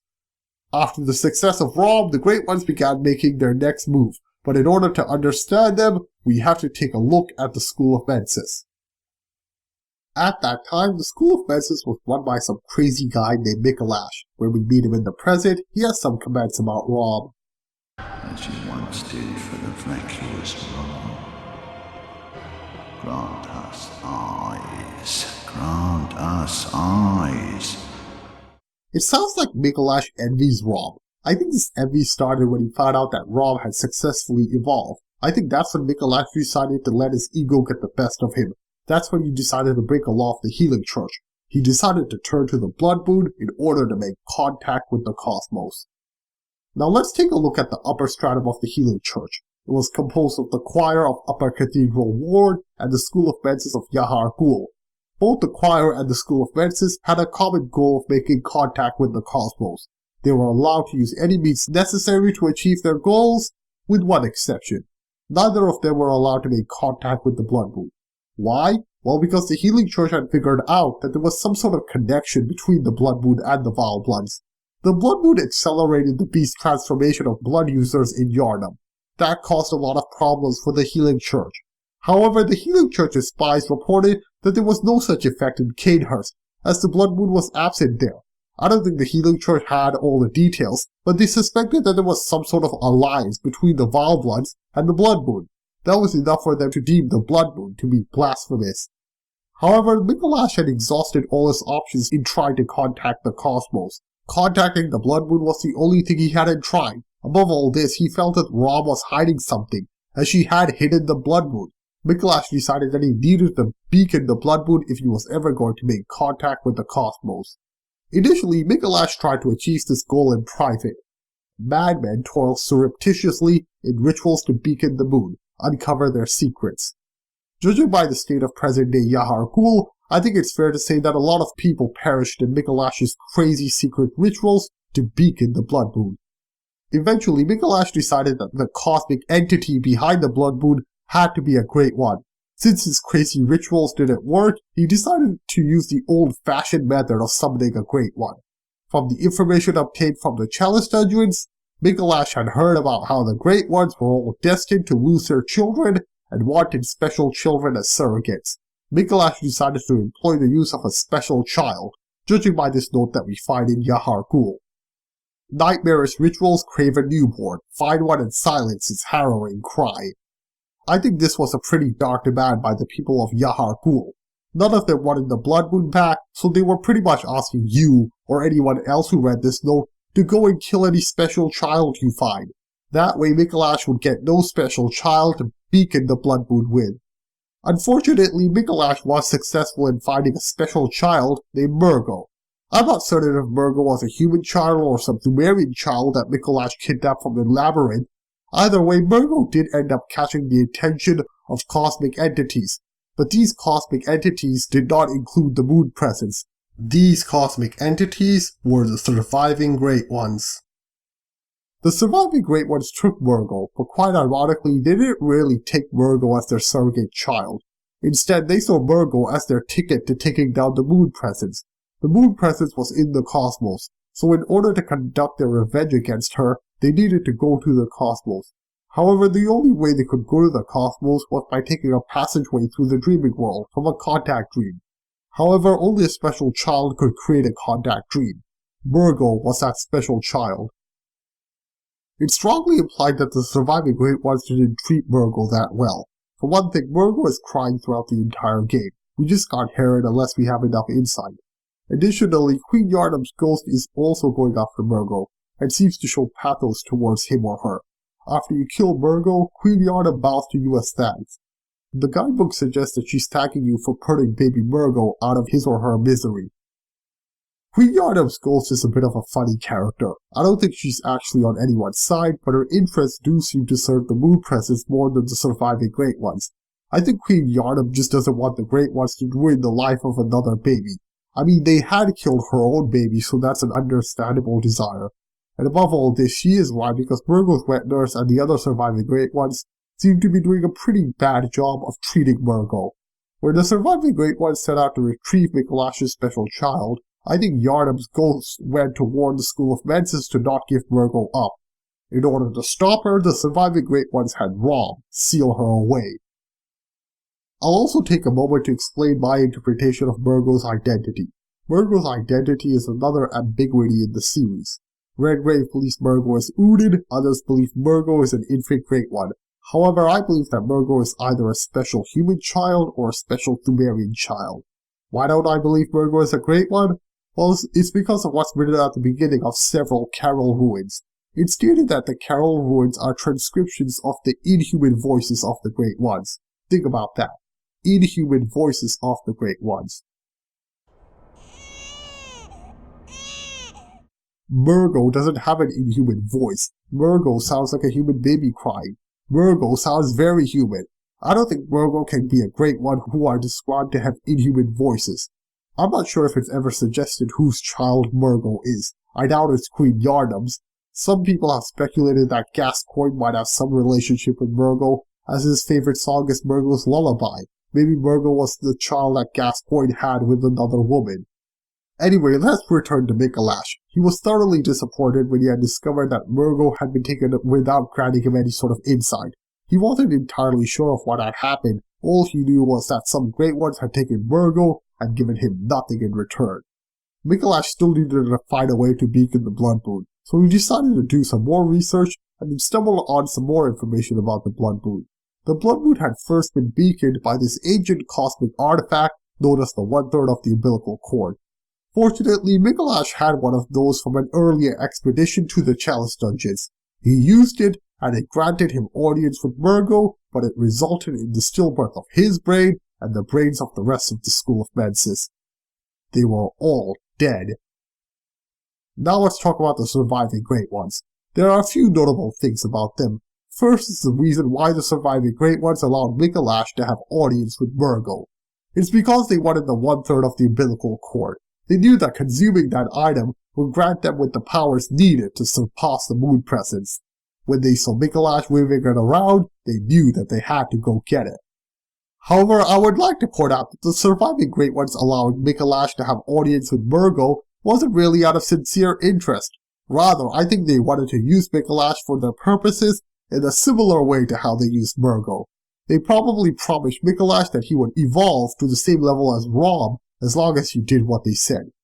Before I go any further, I'd like to point out that I believe that the surviving Great Ones did take steps to ensure that nobody would disturb Micolash's ritual and communication with Murgo.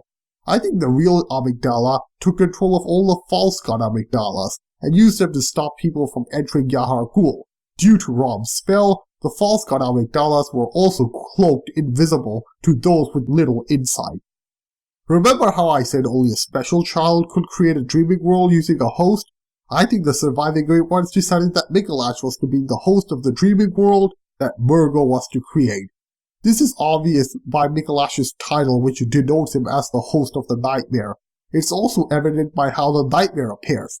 Much like how the Hunter's dream is a projection of Gerbin's mind, the nightmare is a projection of Micolash's mind. Judging by the statue in Yahar Ghul, it's clear that Micolash had this very unique idea of anatomy. We find this unique idea in the nightmare as well. The nightmare is also located in Loran, the place where the Great Ones first made contact with humans, except that it's not an entirely accurate representation of Loran. Micolash is trying to gain the favor from the Great Ones, so he tailors his projection of Loran to a way that's favorable to the Great Ones. He does this by having all the Loran beasts either missing or dead. The Loran silver beasts which we encounter in the nightmare are dead, and are only moving around because parasite larvae are infesting them. In comparison, we see that the Loran silver beasts in the Loran labyrinths are alive because no parasite larvae come out of their mouths after we kill them. We also get a very negative impression of the doll and the messengers in the nightmare, and that makes sense because they're both allied with the Moon Presence, so the Great Ones would have a negative impression of them. Anyway, some of the surviving Great Ones such as Amygdala and the Brain of Mensis are standing guard, while Murgo's Wet Nurse is launching an attack on the Moon Presence. We know this because the area where Murgo is located is called the Wet Nurse's Lunarium. The only other person in the game who has a Lunarium is Master Willem, and he was always trying to make contact with the moon. However, Murgo's Wet Nurse isn't friends with the Moon Presence, so the only reason she would have for making contact with the Moon Presence is to attack it. Anyway, that's when the player's hunt begins. The Moon Presence is under attack by Murgo's Wet Nurse, whose swift arcane-based attacks do a great job of countering the Moon Presence's not-so-fast and clumsy style of combat. The Moon Presence knows that if Murgo was endangered, the Wet Nurse would return to protect her, because the Great Ones feared that without a special child, the nightmare would collapse. So the Moon Presence had Gerbin task us to hunt baby Murgo at the start of our hunt. Now there are a lot of little side stories going on in the game. I won't go into detail with them because this analysis is already long enough, and I'm pretty sure most of you are already aware of the basic details. Instead, I'll just point out the most important details that I noticed. There are a few items that mention the left behind Great Ones. I just think they're referring to the surviving Great Ones who felt left behind after they had discovered that the Moon Presence had betrayed them. The Moon Presence was supposed to be their brethren, but she backstabbed all of them just so she could get ahead with her goals. The interesting thing about the kidnappers is that I don't think they work for the School of Mensis. Rather, I think they're a group of Thumerians who infiltrated Yahar Ghul. There are a few main reasons why I believe the kidnappers don't work for the School of Mensis. The first reason is because the kidnappers' role to kidnap is already being fulfilled by another group in Yahar Ghul. The Hunters of Yahar Ghul answer to the village's founders, the School of Mensis. Hunters in name only, these kidnappers blend into the night wearing this attire. So the Yahar Ghul hunters were the ones who went around kidnapping people for Micolash's crazy experiments. It wasn't the kidnappers. The second reason is that Adila doesn't seem to know who the kidnappers are. She just refers to them as brutes. If the School of Mansis did work as part of the Healing Church, you would normally expect other church members to recognize their employees. Let's also take a logical look at the appearance of the kidnappers. After you kill the blood-starved beast, kidnappers start appearing throughout Yharnam. This unlocks the passageway to the Healing Church workshop, the abandoned old workshop, and the Upper Cathedral ward via a door in Udin Chapel. And all that suggests is that they were involved in those places earlier. I mean, if the door was locked, and the kidnappers started appearing after the door became unlocked, then it suggests that they were doing something in those places earlier, and that's why the door was locked. As for what they were doing there, well, I think the kidnappers were trying to bring Ebrietas back to the Chalice Dungeons, back to her fellow Great Ones. They were looking for an opportunity to rescue her ever since Lawrence and his associates kidnapped her. They decided to seize that opportunity when the Scourge of Beasts had devastated Yharnam. However, despite how important their mission to rescue Ebrietas was, they couldn't allow the Pthumeri Chalice to fall back into human hands either. Most of the holy chalices lie deep within the tomb of the gods, and the few that found their way to the surface were lost again in the hands of men. But if the old hunter tales remain true, one of the holy chalices is worshipped in the Valley Hamlet. What happens after you kill the blood-starved beast? You obtain the Pthumeri Chalice. The kidnappers probably sensed that with their Pthumerian powers and set out to capture anyone who they suspected of either having the chalice or having knowledge of its location. That can explain why they captured Healing Church members like Adela. This fits in with how there's a dead blood-starved beast hanging in an old Yharnam building. There's a ritual blood right next to this blood-starved beast. The guidebook confirms that this building is called the Ritual Hall, so it's obvious that whoever killed this beast was trying to get the Pthumeri Chalice, but they ended up killing the wrong blood-starved beast. Anyway, the final reason why I believe the kidnappers aren't working for the School of Mansis is because after the Blood Moon is out, we find all the kidnappers in the game have been killed. Considering that they were Pthumerians who were working alongside the surviving Great Ones, it isn't difficult to imagine why the Moon Presence would use her beast to finish them off. Finally, I'd like to add that it seems that the Chapel Samaritan is on good relations with the kidnappers.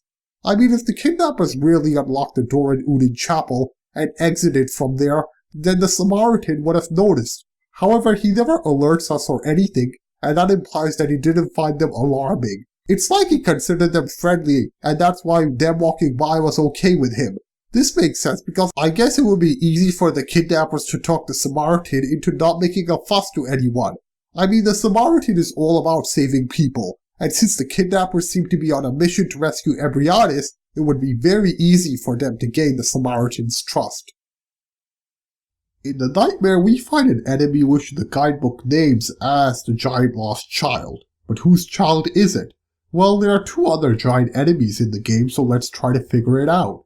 If we examine the stats of both the Church Giant and the Undead Giant, and compare them with the stats of the Giant Lost Child, we can see that it's the Undead Giant whose stats bear a closer resemblance to the stats of the Giant Lost Child. They both have low bolt defense. However, the Church Giant has high bolt defense, so it's disqualified as a candidate. Since the nightmare is a projection of Loran, I don't think it's difficult to figure out the lore behind the Giant Lost Child. During the Great One Massacre, the Loran beasts were wreaking havoc everywhere. The giants were also in grave danger because they were weak to the Loran beast's bolt attacks. So I think that the adult giants hid their children and that these children survived the massacre. Unfortunately, their parents didn't. They were killed by the Loran beasts. However, their parents were revived by the Pthumerians using the wisdom of their newfound eldritch knowledge. Unfortunately, the giants' parents were now zombies that served only the Pthumerians. The Pthumerians employed the revived giants to help them guard the Chalice Dungeons. Since the giants' parents were taken away from their children, the children felt lost, and these children became the giant lost children that we see projected in the nightmare today. According to Alfred, it was the Healing Church who made the forbidden words forbidden in the first place. It's obvious why they did that as well. They were probably using it for their secret experiments. That's why we find celestial emissaries there. It's also why we find the blue elixir there. The blue elixir can numb the brain, so it's very important for experiments. We also find the white church hunter sect there. I'd even go as far as to say that the imposter Yusefka was originally one of the white church members conducting research in the Forbidden Woods. I guess after she ran out of specimen in the Forbidden Woods, she decided to take over Yusefka's clinic. However, there's something which is difficult to explain with just Healing Church research. It's the existence of the Medusa-headed huntsmen. Why would the Healing Church do experiments like that? Turning huntsmen into Medusa-headed huntsmen is more akin to the kind of experiments that Mikolash would do. However, why would the School of Mensis choose to do an experiment in the Forbidden Woods when all of their other experiments were in Yahar Ghul? I think the answer lies with the afflicted beggar once again. I think he's been ravaging the villages in the Forbidden Woods for quite a while. Many of the huntsmen in the Forbidden Woods probably wanted to get him, but his abhorrent beast form is pretty strong. However, it does have a crucial weakness: slow poison. The abhorrent beast has pretty low slow poison defense. Notice how the Medusa-headed huntsman can inflict slow poison? They can even summon snake balls that can inflict slow poison. So I think what happened is that the huntsman wanted a quick way of killing the abhorrent beast. The abhorrent beast was also quite weak to arcane, but the huntsman didn't have time to spend years on studying arcane. They wanted a quick and easy method of dealing with him. They found the School of Mensis were looking for specimens to test their snake parasite on, so they volunteered. However, I do think the snake parasite did end up spreading more than it was supposed to. The shadows of Yharnam that we find in the Forbidden Woods have been infected with it as well, despite the fact that they have no interest in the local villages. Ultimately, I do think that all the slow poison inflicting snake creatures did end up scaring the afflicted beggar, because when we find him in the present day, he does ask us for a safe place. However, I must add that there's still one thing I don't understand about the Forbidden Woods. There are giant tombstones in the area.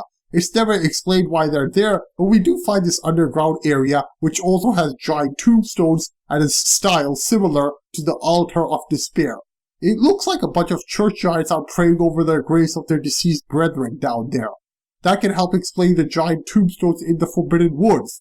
I'm guessing there was some kind of giant slaughter in the Forbidden Woods, which would make sense because we do find the cannon, a weapon crafted specifically to take out giant opponents in the Forbidden Woods. However, I can't work out the context behind such an event. There are three things I'd like to say about Alfred. First, I think this guy grew up in Old Yharnam. The reason for this is because he always blesses you with the saying of the good blood. There's a church in Old Yharnam known as the Church of the Good Chalice. I think that all the sayings of the good blood originated from that church. This makes sense because other than Alfred, no other member of the Healing Church mentions the good blood. And Dilla never says it. I think that saying is exclusive to a certain part of the Healing Church. Another thing I like to add is that the Bloodstarved beast we find in Old Yharnam resides in the Church of the Good Chalice, and we can summon Alfred to aid us in that fight. That suggests that he has a connection to that place. This brings me to my second point. Alfred looks like he's in his 30s, so using his age, I think we can estimate how long ago Old Yharnam was burned down. I'd say around 30 to 35 years ago was when the city was burned. I think Alfred went to the Church of the Good Chalice as a kid, and that's why he's familiar with that area as an adult. I guess he and his family fled to central Yharnam when the Ashen Blood Plague broke out. The last thing I'd like to do is comment on how Alfred kills Annalise. Remember, Annalise's throne room was hidden by an illusion that could have been broken only by a Crown of Illusions. However, we didn't give him a Crown of Illusion. We just gave him the Khadr summons. So how did Alfred get to her room? Well, it's because he has his own Crown of Illusions that we find besides his corpse. Now, the obvious question is, how did Alfred get another Crown of Illusions? I think he obtained it from the Healing Church after they had raided it from the Thumerian Labyrinth. I believe the Crown of Illusions was originally a Thumerian artifact, so I think at least a few of them were available in the Thumerian Labyrinth. Eileen is actually from Cadehurst judging by her stats. One thing you'll notice about pretty much every Cadehurst set or every character from Cadehurst is that their blood defense is their single highest stat. The only exception is Annalise, and that's a bit strange, but I guess it may have something to do with her being the source of the vile bloods. I think Eileen may have had a rather strained relationship with her homeland of Cadehurst. Eileen is all about not becoming addled with blood, but Cadehurst was all about relishing in blood. I mean, the Cadehurst knights were required to kill hunters to get blood dregs for Annalise. It's possible Eileen may have played a role in the Cadehurst massacre. I'm also guessing the Bloody Crow of Cadehurst, whom she has a grudge with, is her former student who became addled with blood. Yusefka and her impostor are from Cadehurst, as their blood defense is their single highest stat. It's also interesting to note that the impostor Yusefka is the only character other than Annalise to identify your scent as connected to the moon. Both of these characters are from Cadehurst, so I think their ability to identify our smell also acts as further evidence that the moon presence had a connection with Cadehurst. Anyway, I'm not sure why Yusefka and her impostor look identical. Maybe they're just twin sisters. But anyway, it's obvious that they both at least once worked for the Healing Church. What's interesting about Yusefka's clinic is when you enter it from the back, you gain insight. That means it's being used as the basis of a dreaming world. This does make sense because impostor Yusefka is turning everyone into celestial emissaries, so it's possible that she's trying to make contact with the dreaming world. We also find Yusefka's blood vial is located in the nightmare. We also see that Yusefka has been turned into a celestial emissary, but still has her blood vials. So if she made contact with the nightmare, then it would be possible for her to deposit her blood vials there. I think it's clear that the impostor Yusefka was trying to make contact with the Great Ones in the nightmare. Maybe even the moon presence. She is from Cadehurst, so it would be plausible if she knew how to contact the moon presence. Ultimately, I think impostor Yusefka may have wanted to give birth to a surrogate child for the Great Ones, but we make sure she doesn't do that. I'd also like to point out that our Cadehurst summons is described to be old and bloodstained. Now a big question is who sent us this letter? It clearly wasn't Annalise, as she makes no mention of it, and also because she was imprisoned in her throne room. I think that the most likely candidate is the real Yusefka. I think the real Yusefka wanted us to go to Cadehurst and free her queen Annalise. Bearing that in mind, it would make sense for our Cadehurst summons to be old and bloodstained. I mean, Yusefka was dealing with blood all the time, so it would make sense for a letter she would write to be bloodstained. It would also make sense for her to write the letter well before we arrived at her clinic, so by the time we arrived at the clinic, it would already be old. I guess Yusefka did this so we would still have a path to Cadehurst even if something happened to her. Strangely enough, that ended up being the case. The Byrgenwerth spider hides all manner of rituals and keeps our lost master from us. A terrible shame, it makes my head shudder uncontrollably. Some people have speculated that the master referred to in this note is Master Willem, but I don't agree with that. I think it was Lawrence, as Lawrence was seen as a master by the Healing Church. Here to the ritual of blood, purveyor of ministration. Place your hand on the altar sacred covering, and inscribe Master Lawrence's adage upon your flesh. What this message is referring to is how Rob, the Byrgenwerth spider, blocked all the rituals in Yharnam. That meant that nobody could go to the chalice dungeons because nobody would be able to conduct a chalice ritual. That means nobody would be able to retrieve the rest of Lawrence's body. I think the Healing Church wanted to retrieve the rest of Lawrence's body and sent heaps of tomb prospectors down to do it over the years. However, they always failed because they were unaware that a parasite larva had taken control of Lawrence's body. A parasite larva is one of the worst opponents that a tomb prospector or any other member of the Healing Church could face. That's because the parasite larvae are strong against arcane damage, and the Healing Church members specialize in arcane damage. We also know that the parasite larva plays an active role if we decide to fight Lawrence's beastly body. So I think the church members kept getting hammered by the parasite larva whenever they went down to face it. That's why even till the present day, they still haven't been able to retrieve Lawrence's beastly body. It's interesting to note that Yahar Ghul, unlike Cathedral Ward, has a statue of the real Amygdala. and not the false god Amygdala. I think the School of Mensis did this to distinguish themselves from the choir and the rest of the healing church. They were probably like, we're worshipping the real gods, come join us. Of course, worshipping the real gods didn't do anything to change Michelash's unique sense of anatomy. There's a bunch of information we get about the messengers in the game.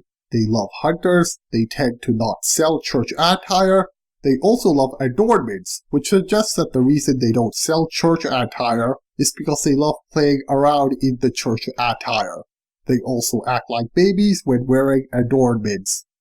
They want blood echoes and insight in return for the items they can provide. They want the hunter to prove themselves by having the right badge or whatever before they're willing to sell them a specific item. Some naive messengers don't seem to know what the bandages of scourge victims are for. Some wear bloody ribbons to mourn for the victims. The messengers seem to like the black church hunter hats and girly white ribbons. They also don't like beasts as they wear incense-filled urns. They like the dark. Their primary purpose seems to be to transport notes to other players. I think the messengers are a manifestation of the childish innocence of the orphans that eventually created the choir. However, I don't think all the orphans were children of Yharnam. I also believe that some of the children of the choir are probably from Cainhurst, and that's why they're able to sell the Knight set. However, this interpretation isn't perfect. The messengers also sell the Bodash set, which is a Pthumerian set. I have a tentative theory to explain this. There seem to have been some messengers during Loran as well, judging by some of the statues in the Chalice dungeons. The messengers of Loran seem to have been warriors, as their statues are posed with militaristic stances. And all that suggests is that they were quite different from the messengers of Yharnam. It's possible that some of these messengers are also serving in the Hunter's Dream, and that's why the Bodash set can be purchased there. A popular theory on the forums is that the doll is a great one, but I disagree with that theory for the same reason why I disagree with the theory that Murgo is a great one. The great ones have inhuman voices, but the doll doesn't have an inhuman voice. She speaks like a regular person. So who is she then? Well, I think she's a Pthumerian. She's tall, humanoid, pale, and has superhuman powers. I'm not sure exactly on the identity of the Pthumerian lady she was based off. I'm also not sure what her relationship with Gehrman was. Judging by her caring nature, I think it's possible that she was some sort of Pthumerian nurse who treated Gehrman during the hunt in a similar way to how Usepka helps us during our hunt. Other than that, I have no idea. I think there's more to Ashen Blood than meets the eye, and overall I'd say it's one of the most confusing aspects of the game. Let me explain. At the end of the Pale Blood hunt, Redgrave pointed out that there were certain characters such as the doll, Willem, and the kid that bleed this whitish blood instead of the regular red blood. He concluded that pale blood could be interpreted to be this whitish blood we see some characters bleed. However, I don't really agree with that. It's true that there are characters that don't bleed the normal red blood, however they all don't really bleed pale blood either. From what I can see, the doll and Willem bleed pale blood, however the Bloodstaff beast also bleeds a different blood, and I'm not sure if I would denote its blood to be pale. I'm pretty sure the Chalice dungeon Amygdala doesn't have pale blood. Its blood is pretty dark. I also don't agree with Redgrave's classification of the whitish blood. He suggested that the pale blood was a sign of evolved and ascended beings.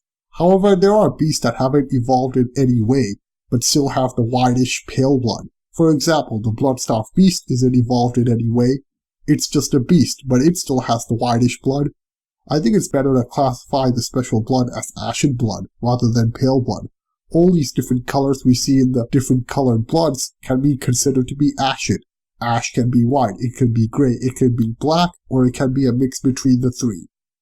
But wait, according to the antidote, the ashen blood was some kind of illness that inflicted poison. However, the characters we encounter with ashen blood clearly aren't inflicted with poison. In fact, the funny thing is that many of these characters with ashen blood have maximum poison defense. Many of the characters have either 999 slow poison defense, 999 rapid poison defense, or 999 defense of both types of poison. So what's the pattern here? What's the story here? Honestly, I don't know. I spent over a month trying to figure it out, but I couldn't. the Ashen Blood is probably one of the most, if not the most confusing concepts in Bloodborne in regards to the lore. I first thought that characters with Ashen Blood eventually developed antibodies that gave them max poison defense, but that's not true because the fluorescent flower has Ashen Blood and it has pretty low poison defense. Murgo's Wet Nurse also seems to have Ashen Blood and its poison defense isn't max either. What's even more confusing is that some members of a certain type of enemy have Ashen Blood while others don't, and vice versa. For example, the Bloodstarved beast we fight in Old Yharnam has Ashen Blood, the Bloodstarved beast we fight in the Chalice Dungeon don't, the Amygdala we fight in the Chalice Dungeon has Ashen Blood, the Amygdala we fight in the Nightmare doesn't. I'm fairly confident that the whitish blood we're seeing is Ashen Blood. That explains why the Bloodstarved beast in Old Yharnam has it, while the Bloodstarved beast in the Chalice Dungeon don't. However, I can't figure out the logic behind why some creatures have it, and others don't. Maybe one of you guys will have more luck than me at solving the mystery of Ashen Blood. So that's what I managed to make of the story of Bloodborne. I didn't manage to make sense of everything, but I did find figuring out what I could to be very satisfying. The Souls series' storytelling style is very effective, but I do think that there are a few areas that could use improvement, particularly in Bloodborne. First, let's talk about the guidebook. The funny thing about the guidebook is that in a way, it's a bit counterintuitive to the series. The primary design concept in a Souls game is that nothing is given and everything is earned. However, with the guidebook, you're getting only strategies to defeat all the enemies. I'm aware that simply reading a strategy and executing it are two different skills, so there is still something for you to earn even after you use the guidebook. I think the guidebook is useful for people like me who don't have time to invest into playing the game for hundreds of hours and experimenting with what works and what doesn't. However, I don't think the guidebook should have exclusive information that's connected to the lore. For example, in Bloodborne, the enemy and character stats have a lot to do with the lore, so I don't think it's fair to restrict that information to the guidebook. The way I see it, the guidebook should only be a shortcut to information that's already available in the game. I've also got some comments on how the general gameplay in Bloodborne is in regards to how it helped convey the story. Overall, I think it did a fairly good job of conveying information for us. We were encouraged to play in a fast-paced, aggressive style from the start, and that helped highlight our role as the Moon Presence's hunter. The Great Ones also used techniques that helped us learn more about them, such as the Moon Presence using similar techniques to Cainhurst's Numbing Mist. However, I felt a bit disconnected when playing the game because some of the boss fights were a bit too easy. Some enemies like Murgo's Wet Nurse could have been defeated with a standard backstab attack. However, I think in a way that may have aided the atmosphere that the game was trying to build. Lovecraft's stories were all about the protagonist being insignificant. And one thing you'll notice about Bloodborne is that there aren't really any slashing techniques that you get to use which really make your character stand out. While your enemies do get extravagant powers, your own abilities are always portrayed in a very modest manner, even when you're at a high level. However, not using flashy techniques to take down Great Ones does kind of take away a bit from their awe, so I don't know, I guess there are pros and cons to this approach. Finally, I'd like to comment on Bloodborne's status as a Lovecraft story. I don't entirely agree with that classification. I think Bloodborne is a Lovecraft story on your first playthrough, as you don't really understand what's going on. However, after you play it over and over again, then Bloodborne's story ceases to be a Lovecraft story, because everything begins to make sense. At its core, the horror created by a Lovecraft story came from the unknown. Lovecraft's creatures were terrifying because they were so otherworldly that the human protagonist couldn't understand them, their desires, their goals, or anything like that. In fact, the human protagonists were meaningless to them. However, that's not always the case in Bloodborne. At the start, when we can't even kill a Scourge Beast, we're insignificant. However, as we develop our skill, we're even able to take down Great Ones, something that goes against everything Lovecraft wrote. As we kill more Great Ones, we get to understand more of the story. As we read the item descriptions and examine the level design and gameplay, the story becomes a lot clearer. The clarity of understanding diminishes the initial Lovecraftian horror we felt when we started the game. I don't think it's fair to say that Bloodborne is about submitting to terror like a traditional Lovecraft story is. I think Bloodborne is about conquering terror. It's about challenging Lovecraftian horror and bringing it to its knees. In a way, you could call Bloodborne an anti-Lovecraft story, and I think that really fits in with how the Souls games are always about how nothing is given and everything is earned. Remember guys, these are all just my opinions. Anyway, thanks for watching everyone. If you enjoyed this video, then please help my channel grow by sharing this video with as many people as you can. Link it on forums, subreddits, and whatever else you can find. The next narrative mechanics will be on Batman Arkham Knight. I hope you join me next time. Have a great day.